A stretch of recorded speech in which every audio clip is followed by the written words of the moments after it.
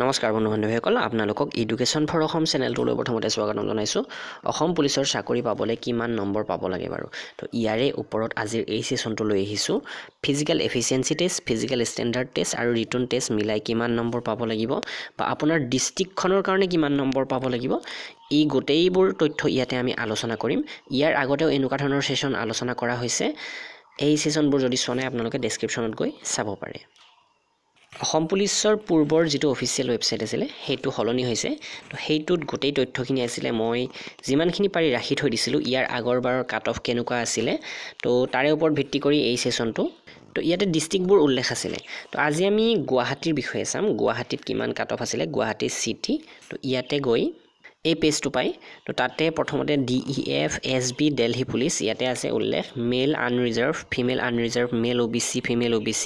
তো এইদৰে প্ৰত্যেকৰে কাট অফ আৰু প্ৰত্যেকৰে যিখিনি কেণ্ডিডেট চিলেক্ট হৈছে সেইবোৰ উল্লেখ ইয়াতে আছিলে।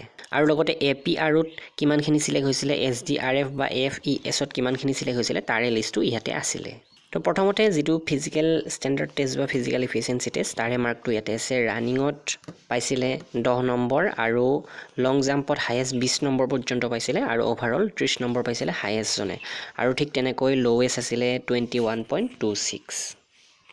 অন্য এখন লিষ্ট আছিলে, তো ইয়াতে আছিলে 32.53, হায়েষ্ট মাৰ্ক আছিলে এইটো।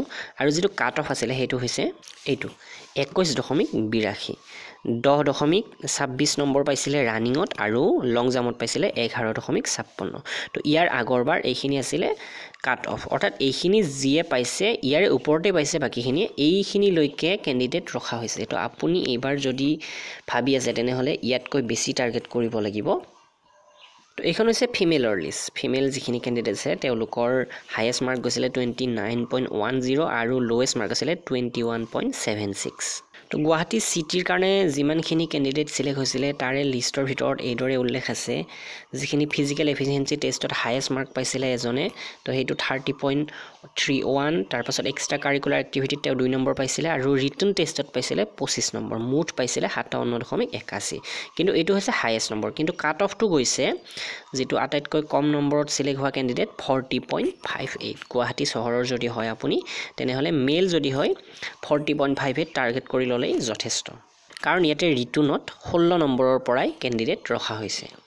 আৰু এইখন লিষ্ট হৈছে ফিমেলৰ ইয়াতে এই ফিজিক্যাল এফিচিয়েন্সি টেষ্টত হায়েষ্ট লোৱেষ্ট, এইটো লোৱেষ্ট কাট অফ যিটো 22.58 আৰু ৰিটনত 15.50, ওভাৰঅল 40.08 নম্বৰ পাওঁতেই কেণ্ডিডেট চিলেক্ট হৈছে। তো যিখিনি বন্ধু বান্ধৱীয়ে নতুনকৈ ভিডিঅ'টো চাইছিলে তেওঁলোকৰ অকণমান হ'লেও আইডিয়া হৈছে কিদৰে মাৰ্কবোৰ ভগাই দিয়া হয়। ফিজিক্যাল এফিচিয়েন্সি টেষ্টত 2টা ভাগত ভগাই দিয়া হৈছে আৰু ৰিটন এটা।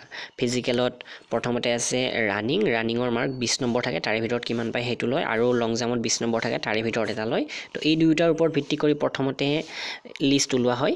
তাৰ পাছত এই লিষ্টত যিখিনি কেণ্ডিডেট আহে সেইখিনিয়ে ৰিটন টেষ্ট দিব লাগে। তো ৰিটন টেষ্টত আপুনি মিনিমাম 15 নম্বৰ বা তাতোকৈ বেছি টাৰ্গেট কৰাই ভাল, কাৰণ ওভাৰঅল কাট অফ চাওঁতে কিছুমান জিলাত 15তকৈ ওপৰত পালেও চিলেক্ট নহয়।